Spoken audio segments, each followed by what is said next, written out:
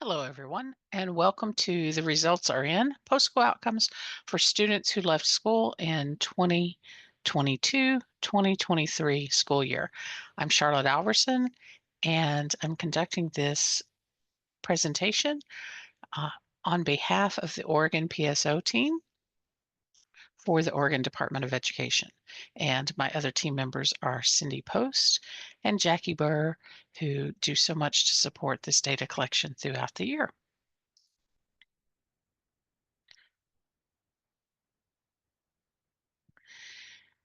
So just a recap of what Indicator 14 post-school outcomes is. It is a federal reporting requirement. It's been in place since 2006. Indicator 14 is one of 17 indicators used to measure how well states fulfill the purpose of IDEA. One of those purposes is to ensure that all children with disabilities have available to them a free, appropriate public education that emphasizes special education and related services designed to meet their unique needs and prepare them for further education, employment, and independent living. Former students must meet the criteria in one of 4 outcome areas to be counted as engaged for this federal reporting requirement. Those 4 outcome areas are higher education, competitive employment, other post-secondary education or training, and other employment. Former students not meeting their criteria for an engagement category are categorized as not engaged for the purposes of federal reporting and measuring the extent to which students are prepared for further education, employment, and independent living. Those 4 outcome categories, again, higher education, competitive employment, other post-secondary education or training, and other employment. These are hierarchical. So if a student is participating in 2 or more of these categories, they're counted in the category in the highest category. So for higher education, the student must be enrolled in either a community college or a 4-year college or university and complete 1 term. Doesn't matter the type of class they're in. It can be for an audit class, it can be independent living classes, it can be uh, full or part-time, as long as they're at a 2-year community college or a 2 or 4-year college or university. For competitive employment, the former student must have worked for pay at or above minimum wage in a setting with others who are non-disabled, work an average of 20 hours a week for 90 days at any time since leaving high school. This includes whether those days are consecutive or cumulative. And if a young adult has moved into the military, enlisted in the military service, then that's counted as competitive employment. To be counted in the category of other post-secondary education or training, again, full or part-time, in an education or training program that's less than 2 years and not at a community college or a university. So some examples there, a technical school, adult education, community education classes would all be counted under other post-secondary education or training. Again, they must have completed 1 term to be counted in this category. And then the 4th category is other employment. Again, they must have worked for pay or been self-employed for 90 days since leaving high school. This can include a family business such as a farm or a store, fishing, ranching, catering services, subsistence living would all count as other employment. Oregon collects post-school outcome data using interviews to former students or their designees. The interviews are to be recorded into the PSO 2.0 app. All former students, sometimes you'll hear me say those are former leavers or exiters. It's all referring to the former students who have been out of school for at least a year. And this includes those who reached maximum age, were expected to return and did not, dropped out of school, or graduated with any completion document. Interviews in Oregon are conducted by school personnel. Here you see the percentages of the interviews that were conducted by the different personnel groups. 31% of the interviews conducted in summer of 2024 were conducted by a teacher or a specialist. And then you see 27% by secretarial clerical staff, administration assistants, program supports, data specialists, and so forth. Post-school outcome data have to be collected when a student has been out of school for 365 days. And for Oregon, that data collection window is June to September. In terms of the data collection efforts in 2024, there were 5,138 total school leavers. 131 of those were ineligible for the follow-up interview.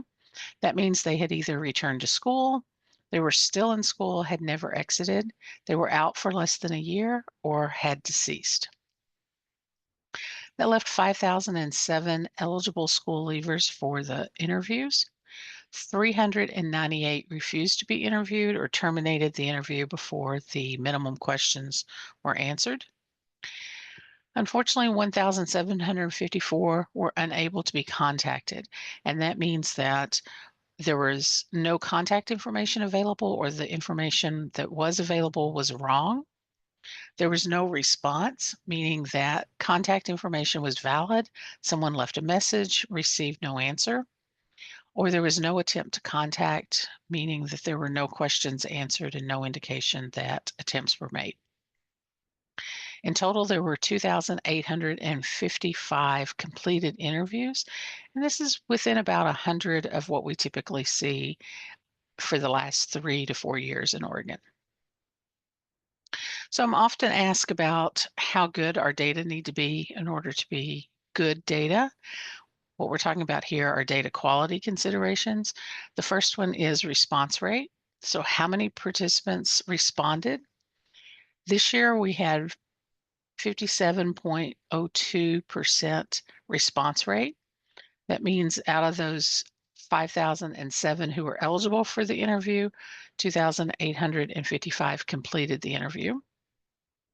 That is an increase of a little over 5% from last year's response rate. So congratulations to those people who worked on getting those interviews.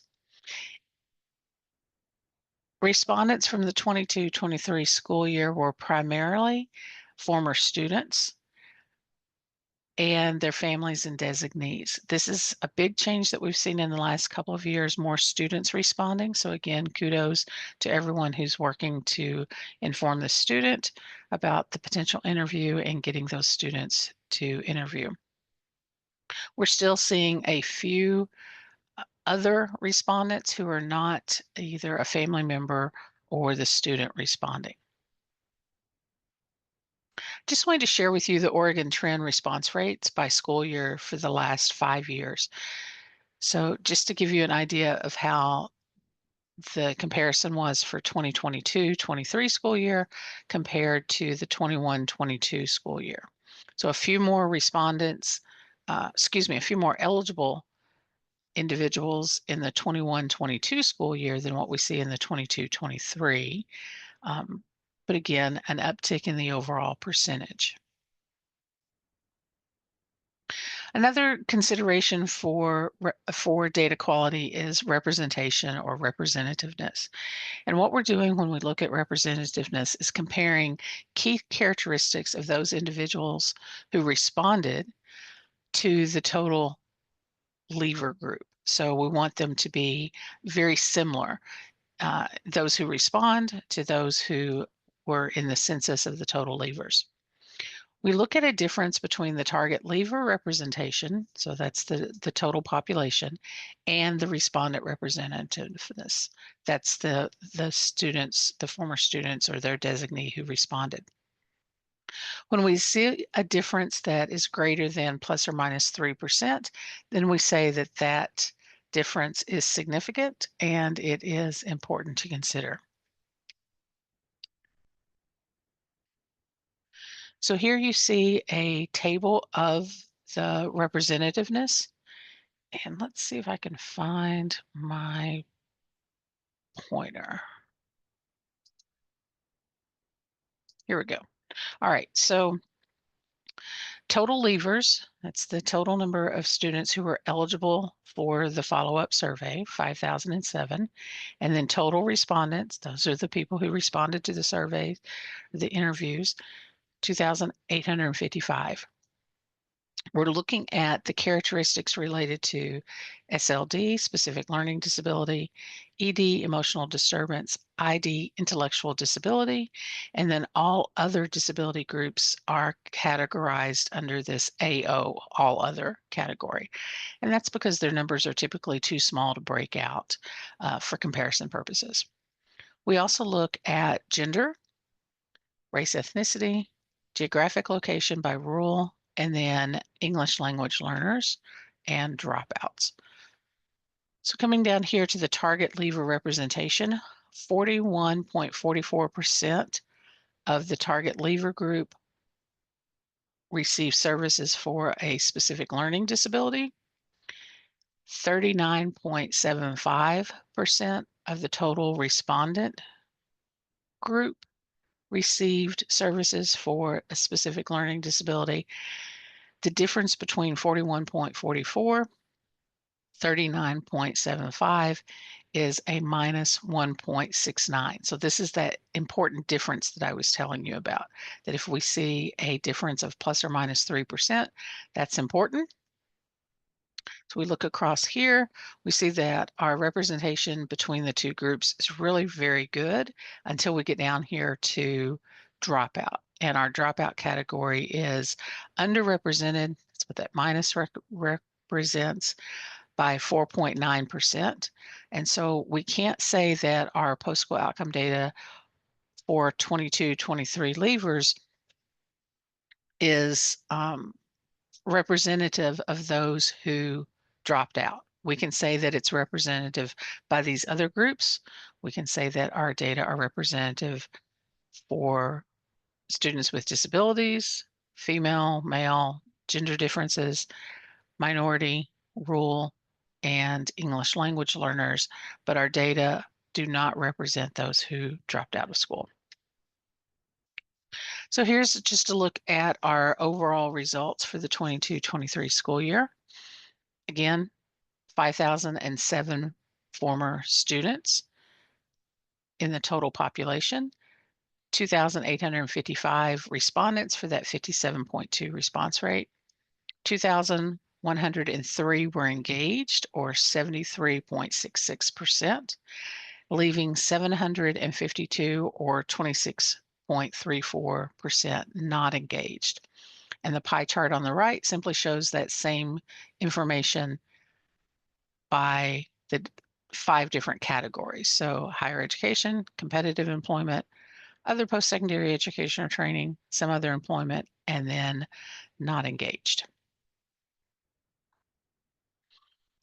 So those 5 numbers, those 5 engagement categories, higher education, competitive employment, other post-secondary education or training, some other employment, the 5th category being not engaged, are aggregated to come up with 3 engagement measures, A, B, and C. And so this table here is showing you how A, B, and C are aggregated from the 1, 2, 3, 4, and 5 numbers and how to calculate those. So category 1, higher education, is equal to measure A, and it's the number of former students enrolled in higher education divided by the total number of respondents.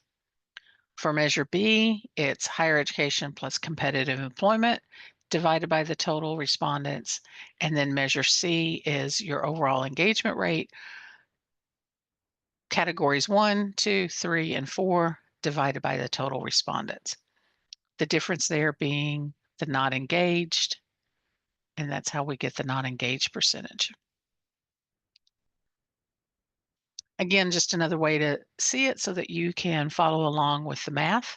So in higher education, 714 respondents reported being in higher education. That's 25.1%. Again, 714 for measure A.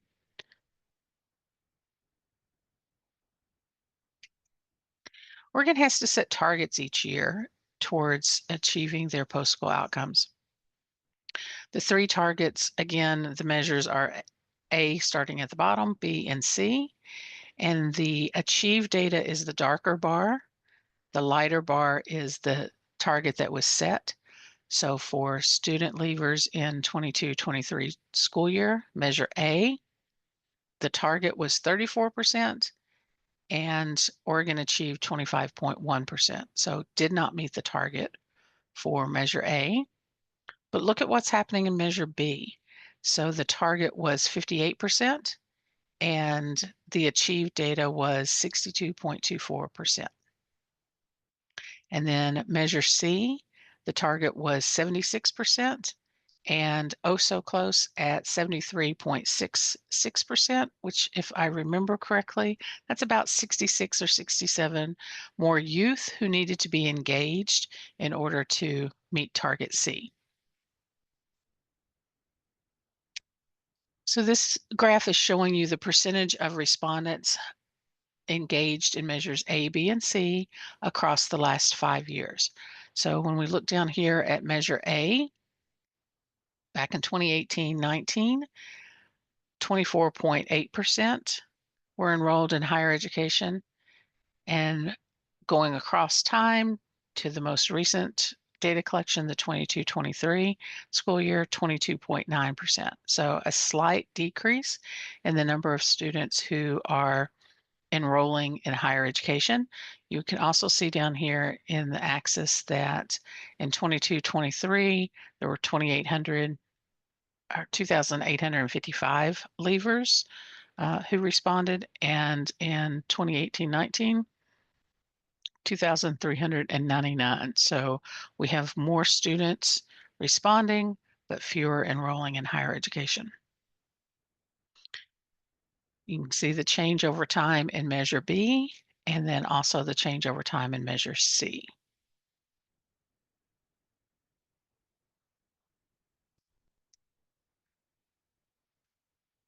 That fifth category, that not engaged category, is where you really can start to make some use of your data and look at how do we move students out of the not engaged category into one of the other four engagement categories.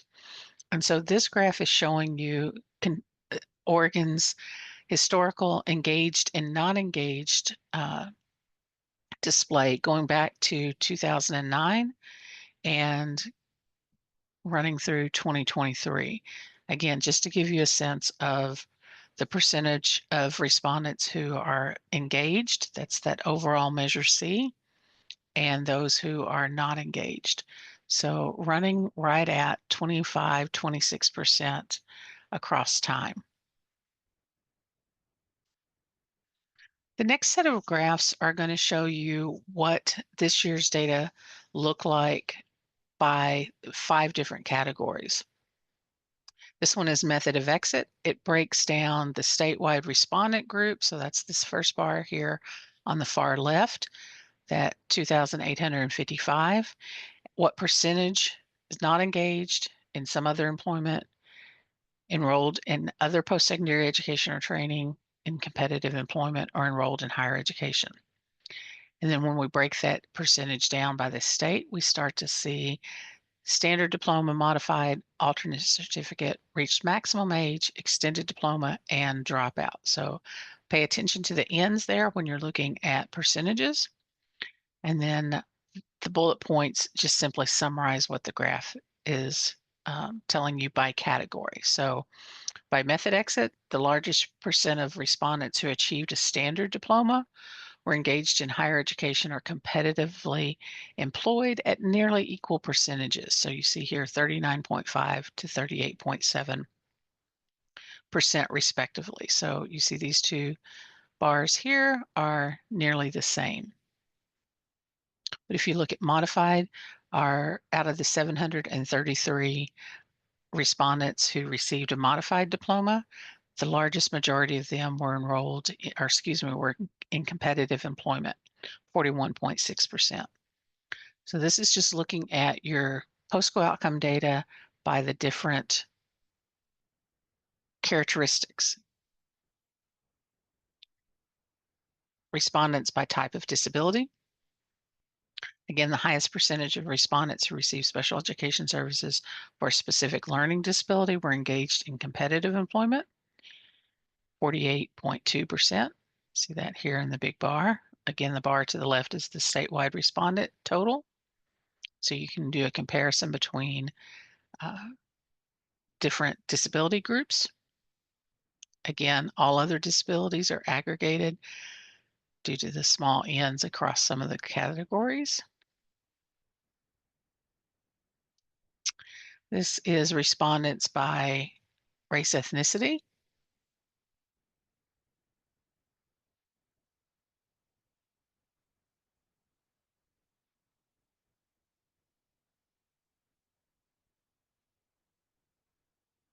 And the last one is gender. So by gender, the highest percentage of female respondents were engaged in competitive employment, as were males when we look at within the gender groups. But when we compare across, you see that our males are more likely to be in competitive employment, whereas our females are enrolling in higher education. Again, pay attention to those ends when we're looking at percentages. So let's talk how to use your data to improve transition services. Typically, we think about data quality questions. What was our response rate? Was it better or worse than it was last year? Are the interviewers making multiple attempts on multiple days and at different times to reach former students? If you're only trying to reach former students and their families during the typical school day, remember too, that's also when most people are working. So you may be getting an underrepresentation of respondents who are engaged because they're not available to take the phone call. Are interviewers conducting the optional exit interview before the student leaves school? The reason this is important is because that exit interview gives you the opportunity to, one, talk about the post-school outcome interview that will be conducted in a year, and two, it's an opportunity to collect information about that contact. What's the best way to contact you, and who would you like to be interviewed by when you're out of school? So the exit interview is completely optional, but it is a good opportunity, again, to let the student know that they're going to be contacted, why they're going to be contacted, the type of information that's going to be asked, etc. Another question to consider is how representative were the respondents compared to the total leavers? Again, for Oregon, Oregon has a rich history of having really good representation with the exception of that dropout category. So the fact that we have representation within that plus or minus 3% across everything except dropout, that is a good indicator of the quality of Oregon's overall data. When we look at who's responding and who isn't responding to the interview, we can ask, are there certain disability category groups that are responding less than others? We can also look at ways to increase responses from students who drop out. We know at the national level that's such a hard group to contact because um, they don't always, school wasn't always a positive experience for them. So they don't want to re-engage with school sometimes, or they have dropped out because there are other things going on in their life. So we recognize that's a hard group, but what can we do to try to reach those, to include them in the information? Again, are we collecting multiple forms of contact information before the student leaves school? We know cell phone numbers change frequently. So is there snail mail, US postal mail address that we have? Do we have phone numbers for younger siblings, other family members, best friends? Just how many different ways can we think to contact a potential student. And then another data quality question is around, again, that notification that there will be a follow-up interview, who's going to conduct it, why you're asking these questions, how you're going to use the information. So when do we let families know about the interview? And then, are the people who are conducting the interviews trained? The PSO system is designed to display certain questions in response to certain answers given.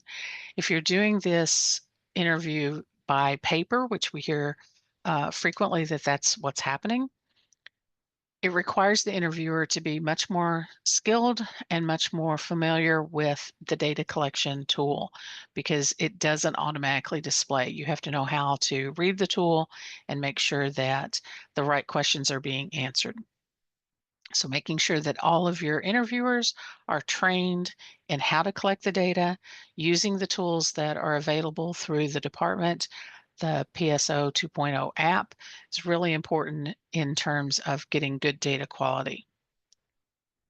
And then asking the question, how can we improve our data quality? What do we need to do to get better data?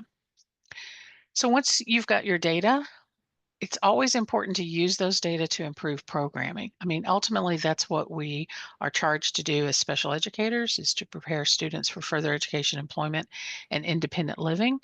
We do that through our transition training services, transition programming, general education. So how do we use our data to ask questions about our outcomes?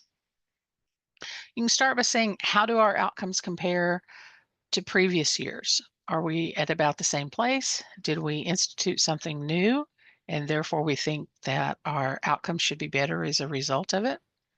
When we look at our data by subgroups of students, are they engaged and not engaged at different rates? So do we see students who have emotional disturbance services being engaged differently than those who have specific learning disabilities? Why or why not? What influences that engagement of our students? What in-school services are we providing to help students get a job for 90 days? How do we provide transition services for all students who receive special education services? So making sure that there's opportunity for things like career awareness, participation in CTE, student development, self-determination. Those are all transition services that students may be needing as part of their preparation for further education and employment.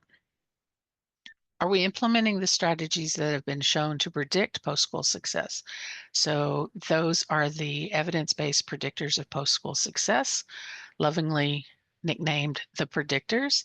Again, things like career awareness, career and tech education, transition programs, self-determination, self-advocacy. Those are examples of predictors.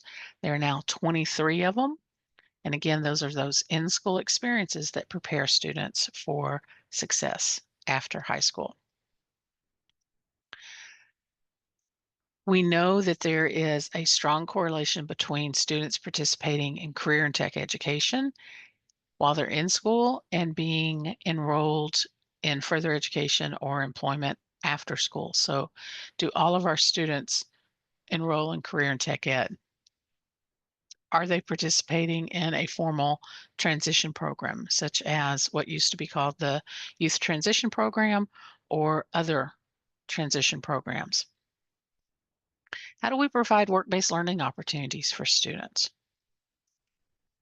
All right. So those are some of the questions you can ask in regard to using your post-school outcome data. We're happy to support you looking at your data more in depth, getting you some graphic displays to see your data. Remember that you can access your post-school outcome data through the department's SPR and I system.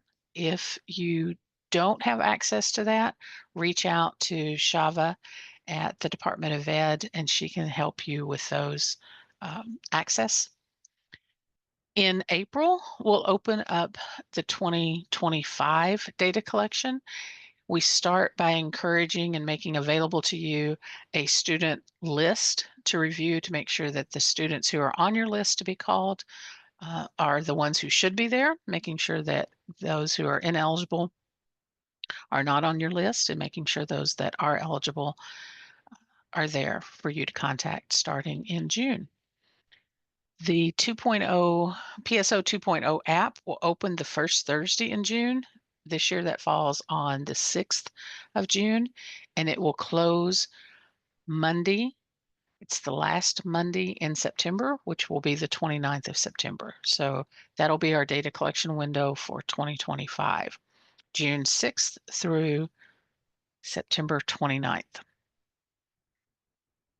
Don't forget there are lots of resources on the transitionoregon.org webpage. The PSO resources are just one small component of that wonderful website. Specific to PSO, we are developing a lot of one-pagers. So identifying your post-school outcomes team, why is that important? How do you do that? What the process is for that follow-up student list review. New this year, we're doing one on what is consent, what is a refusal. That seems to be an area that people are still having difficulty distinguishing a refusal from a non-response. Capturing engagement in the interview, what that looks like, how to read that interview for certain questions and certain answer categories so that you know how to mark those based on what the former student or their designee is telling you, and some advantages of the exit interview. So again, these are one-pagers that are available on the transitionoregon.org website. Also be on the lookout for just-in-time videos that will accompany these one-page resources, and we'll do the just-in-time videos 2 or 3 minutes at a time. All right, lastly, there are some trainings coming up. So this will be posted by the end of February, this recording that I'm doing now. We hope to see you at the Oregon Statewide Transition Conference, OSTC. That's coming up March 13th and 14th in Eugene. There'll be a session that Shava and I will present at the conference. We'll also have the PSO information table. So a lot of the one-pagers will be available, as well as some other resources. April the 11th, we will have a recorded presentation, Ready, Set, Go for PSO, taking a dive into PSO 2025. So that's going to be an overview of the processes and timelines, changes in the PSO 2.0 app for the 2025 data collection period. Mark your calendars for May 20th at 2 p.m. It's the ODE Spring Training webinar. This is by invitation only, and it's really intended to orient data collectors to this data collection protocol. It will be live virtually, and we'll have registration going up for that in April. At the end of May, we'll do a recorded session on why does it matter, the what, why, when, and who around your PSO. It's really intended to give you information on how to use your PSO data to inform your programs.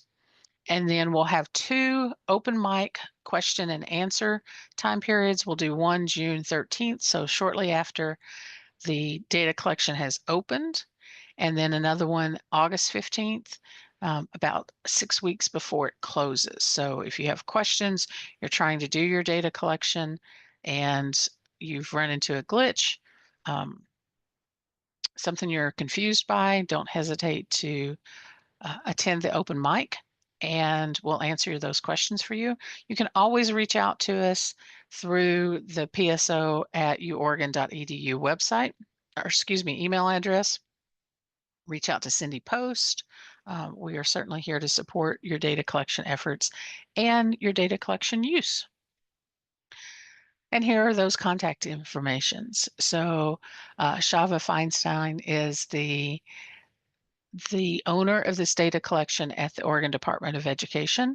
If you have any questions, you can reach out to Shava. Again, you can reach us at pso@uoregon.edu, or me, I'm Charlotte Alverson, also at the University of Oregon. So thanks everyone. We appreciate you listening, and we appreciate all that you do on behalf of students.